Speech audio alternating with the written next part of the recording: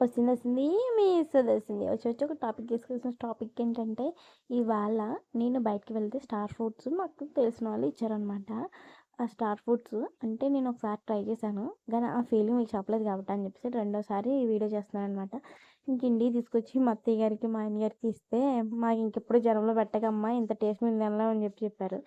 సర్లే వీళ్ళు చెప్పాక మనం టేస్ట్ చేయకుండా ఉంటామా, ఇవి బాగా ముగ్గినాయి కాబట్టి అని చెప్పేసి మా అత్తయ్య గారు ఆ కట్ చేసిందంట నేను తింటున్నాను అనమాట.